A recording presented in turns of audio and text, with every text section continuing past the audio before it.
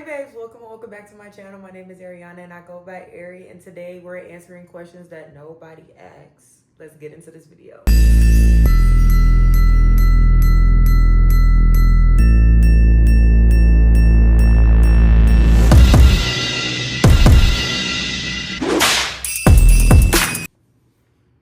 Okay, so a part of VLOGMAS, I decided that I don't think a lot of you really know who I am and why I created this YouTube channel. So I decided to come up with a few questions to get you guys to understand me a little bit better. Also, before we start this video, make sure you go over and watch the video that I just posted on my branded channel called The Sincerely Studio to learn about why I started a tall girl loungewear brand. And yeah. All right, let's get started. Question number 1. How did a Baton Rouge girl end up vlogging her life on YouTube?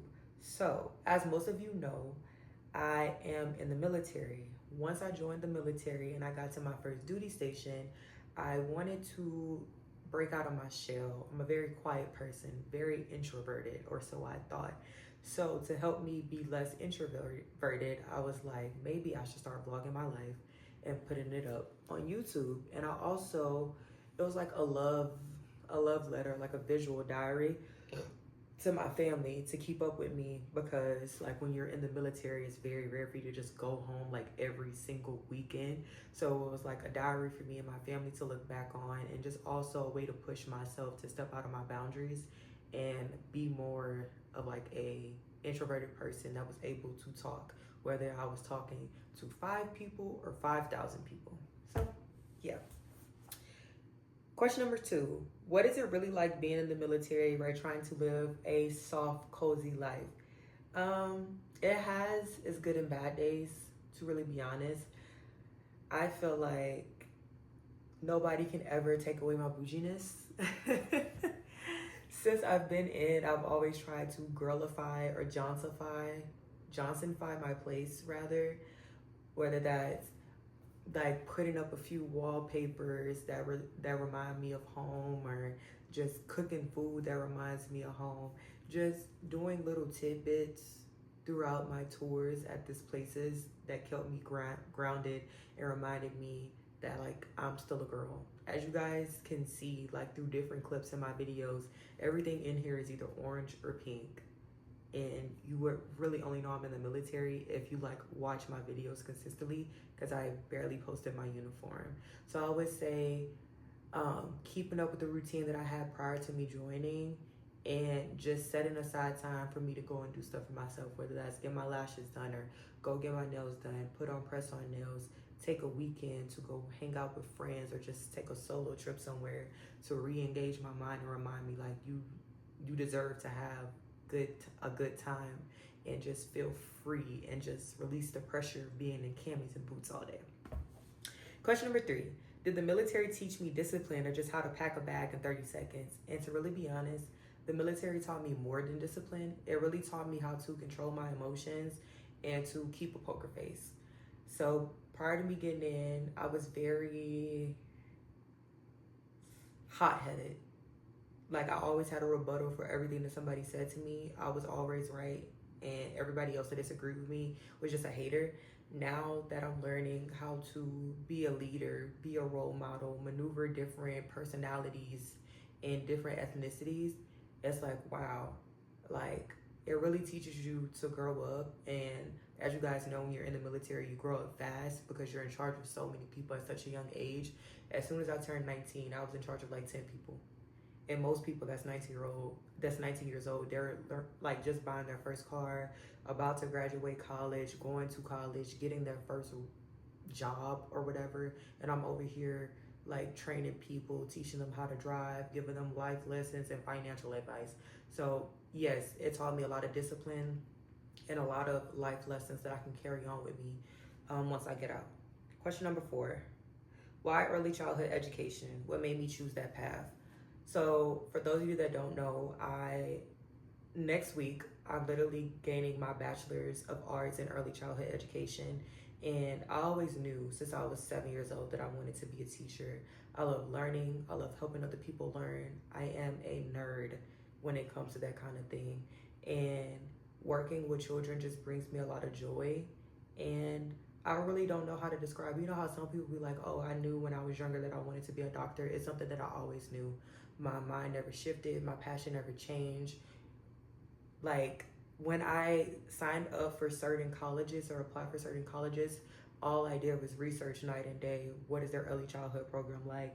If I decided to switch states, would this degree still help me out, or would I have to go back to school and learn more for this degree? What states pay the most for teachers? What is the best place for teachers to be? What type of accreditations would I need? What type of certificates would I need? It's just been on my mind, all of that. Obviously, when I was 7, it wasn't that deep into my mind. I just knew I wanted to teach and I wanted to help people. And then when I became a teenager around 18, 19, I'm like, okay, now what do I need to do to get to a place where I can enter a classroom and feel confident with teaching other people's kids? Question number 5. What's one thing about growing up in Baton Rouge that shaped me? I don't even know if I'm allowed to say that on YouTube, so I'll just say always being prepared. You never know what the next day may bring, so always be prepared for anything. Another thing is growing up in Baton Rouge, it shaped me with knowing how to cook. Like, there is never a day where I don't have a meal that I can't make, whether I only have some beans and rice, I only have meat and rice. Like, there's always a dish that you can make with minimal food. And I love that so much that I can just take random elements out of my pantry, throw it together, and make a delicious meal. And it also taught me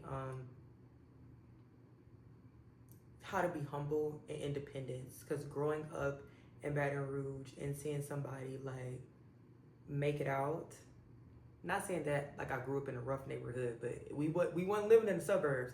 It was just like very rare to see, because a lot of people, when they get older, they stay into the community that like poured into them.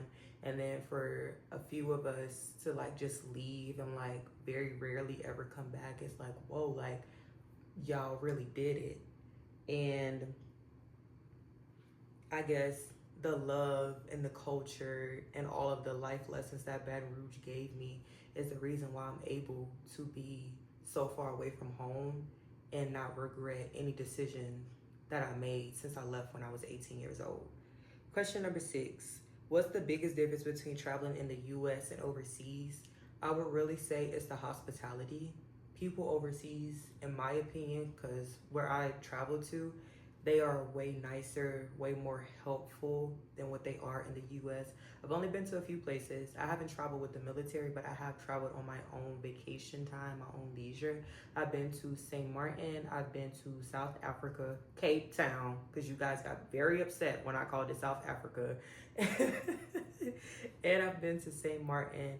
All 3 of those places were very lovely, very welcoming, and very warm, because you guys, even though I'm born in the winter, I love vacationing in warm places.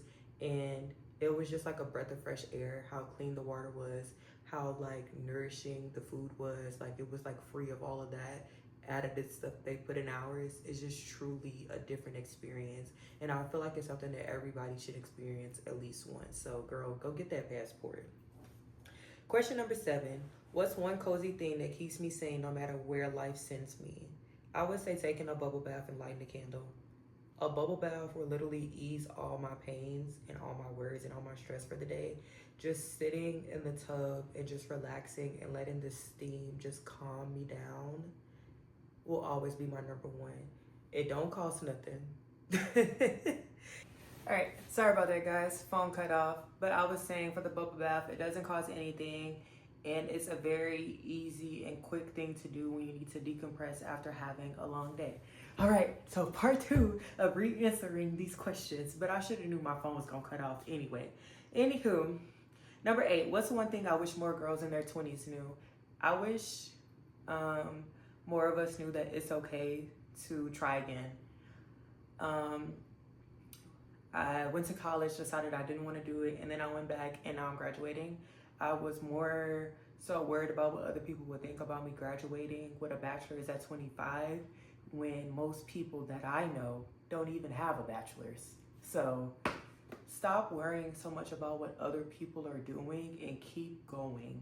Because sometimes it takes a few tries to get things right. You don't have to get life right on the first try, because who knows what right looks like? Nobody. It's okay to keep trying.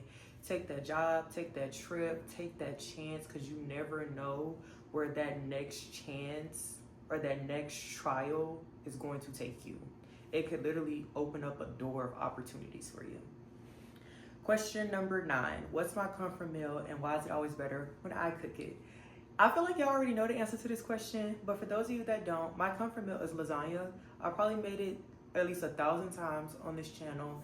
And I feel like it's my comfort meal because when I first started making it, I was like 15 or 16 and my mom was teaching me how to do it. And then like after 2 or 3 tries of me doing it, I just started cooking it like every other month for like dinner to give her like a break. And then it just became like second nature. And that was literally one of the first meals that I cooked when I moved in here. And now I cook it like at least every 2 to 3 months. If I don't know what I want to eat, I'm cooking me some lasagna. And unfortunately, I only know how to cook for a family of 8. Why? I don't know. I just naturally cook in big portions. So yeah, you cook it and it lasts for a long time. Some people freeze it. I ain't that mature now. I need to get better at that. I'll probably give it away to any of my friends in the area if they want to eat it, or I just toss it. But yeah. Question number 10, and this is actually the final question. What can you expect from my channel as I figure life out? And I actually love this question because I have so much stuff coming up. You can expect to see me preparing to get out. I have a couple of series I want to show or share with you guys. The first one is going to be from boots to books, just probably my last 6 months of me being in the Marine Corps, what it's like transitioning, finding out and going to my medical appointments. And then another one is going to be about me transitioning and moving to a new state, which will involve me finding a new place to stay. So you guys will get apartment hunt videos, me packing up my very first apartment. And then you guys will just also be able to see me transition from being a 18, 19-year-old girl in the military to becoming a 25-year-old woman exiting the military and branching off to do something that she loves and has had a passion for so long.